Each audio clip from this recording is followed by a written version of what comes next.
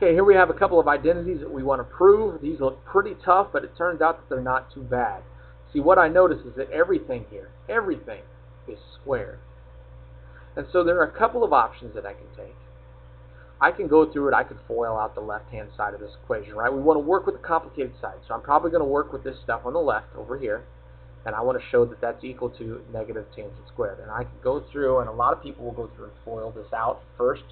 And I want to show you why that's not necessary. See, the first thing that I notice is that I have tangent squared x plus 1. And I'm looking back at my notes and I'm saying, you know what? I know what tangent squared plus 1 is.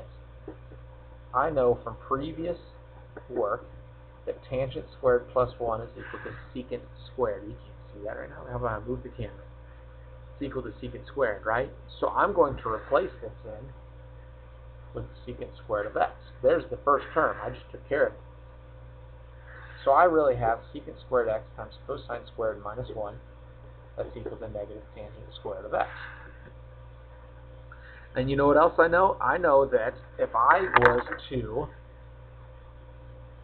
write this out, sine squared x plus cosine squared x is equal to 1.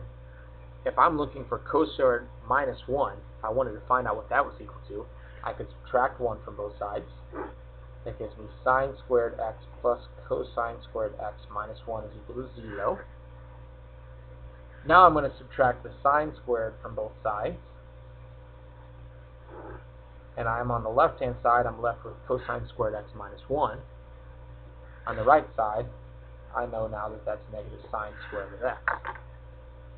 So if cosine squared x is equal to negative sine squared, that means I can really write this as secant squared x, right? I'm going to replace this with negative sine squared.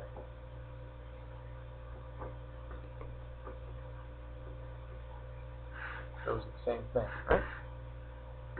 Alright, so now I'm kind of stuck because I really don't see any relationship. I'm trying to figure out exactly what I want to do here. How can I get that left-hand side to equal negative tangent squared? So if all else fails, you know what I'm going to do? I'm going to convert everything here into sines and cosines. So in other words, instead of writing secant squared, I'm going to write secant is the same thing as 1 over cosine.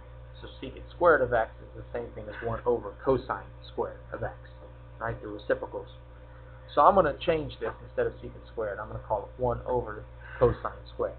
I'm going to multiply that by negative sine squared of x. That's all equal to negative tangent squared of x. I'm going to combine these now on the left side into one equation. So, into one fraction, excuse me.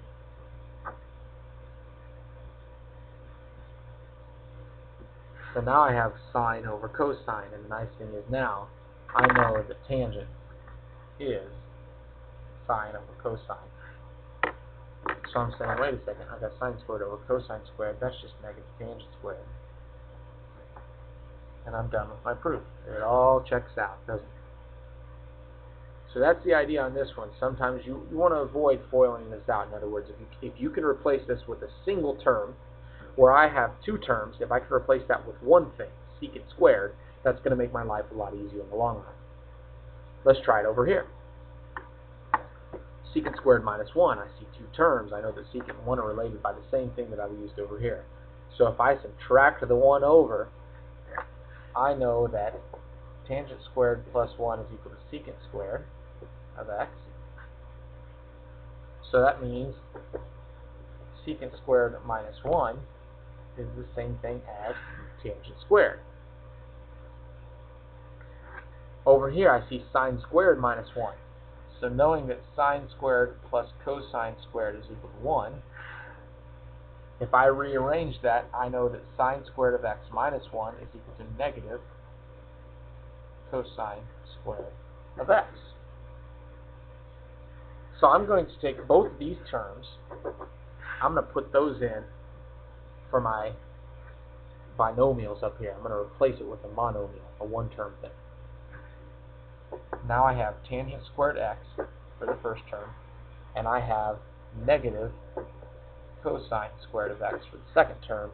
Those must be negative sine squared of x in the end. Right?